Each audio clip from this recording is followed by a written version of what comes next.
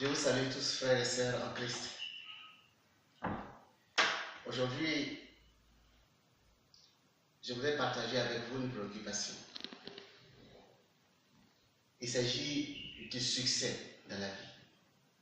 Comment réussir notre vie? Comment avoir le succès dans ce qu'on entreprend? C'est l'objet de mon entretien avec vous aujourd'hui.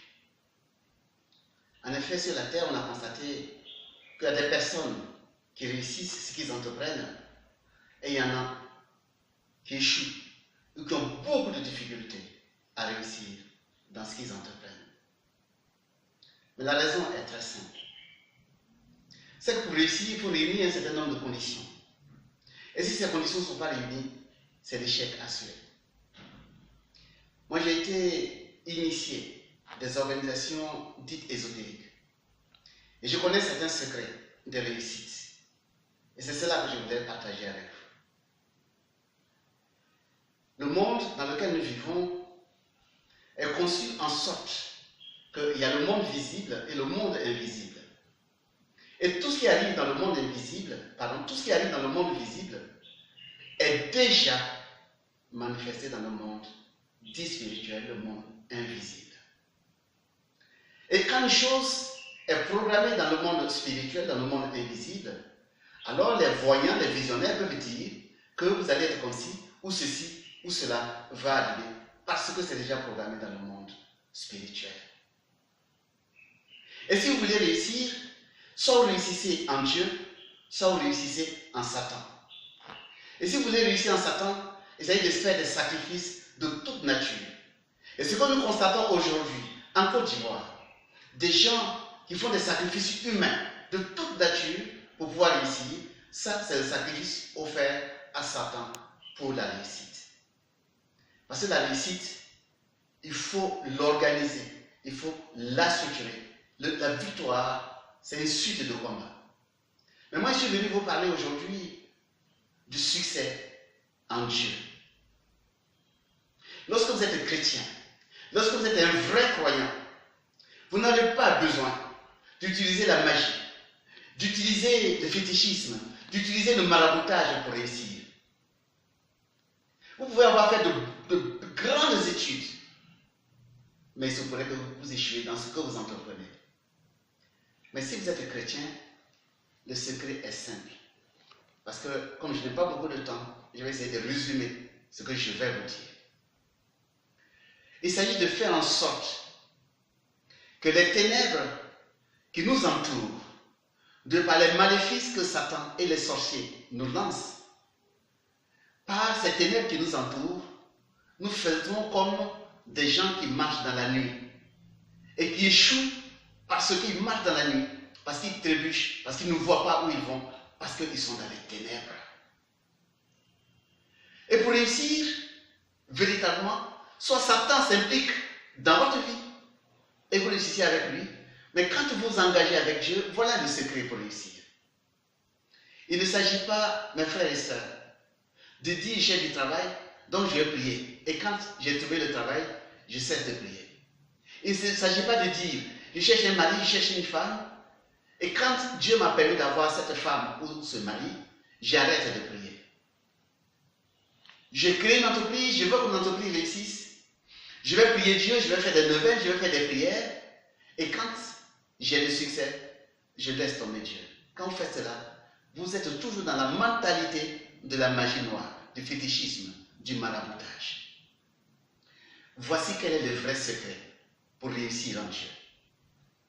Quand nous sommes baptisés, nous devenons des fils et des filles de Dieu. Et en tant que tel, Dieu est avec nous.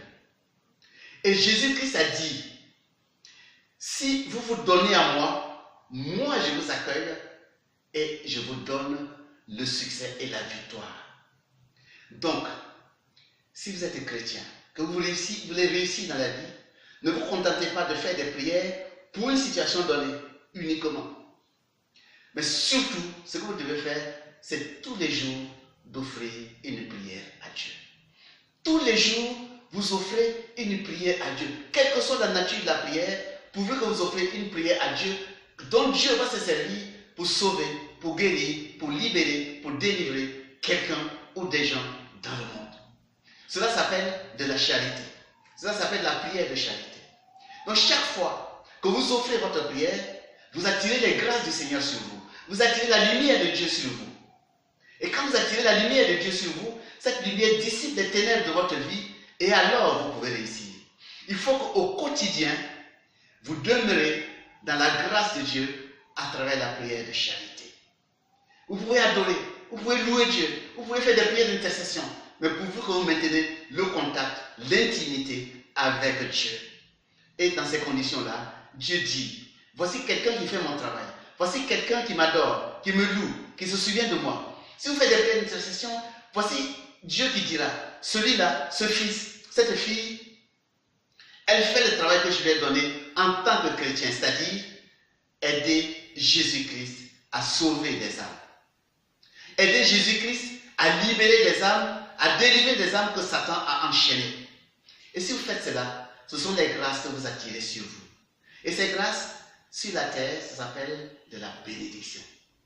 Et quand ces grâces s'accumulent sur vous, vous êtes entouré d'une marée de bénédictions. Et ces bénédictions qui vous accompagnent, c'est ça qui permet la réussite. La réussite, ce n'est pas seulement avoir de l'argent. Ce n'est pas ça qui est le plus important. Celui qui est marié, s'il est heureux dans son foyer, alors il est béni. Celui qui est prêtre, s'il se sanctifie, il devient saint, alors il est béni. Celui qui a une entreprise, si son entreprise réussit, alors il est béni. La bénédiction vient de Dieu, mais la bénédiction s'acquiert en se mettant dans la volonté de Dieu qui veut que chaque jour, nous lui offrons une prière. Et quand vous avez offert une prière chaque jour à Dieu, autant que faire se peut, dans la journée, chaque jour, le bien que vous pouvez faire en pensée, en parole et en action, au nom de Dieu, faites-le. Si vous le faites, Dieu vous bénit.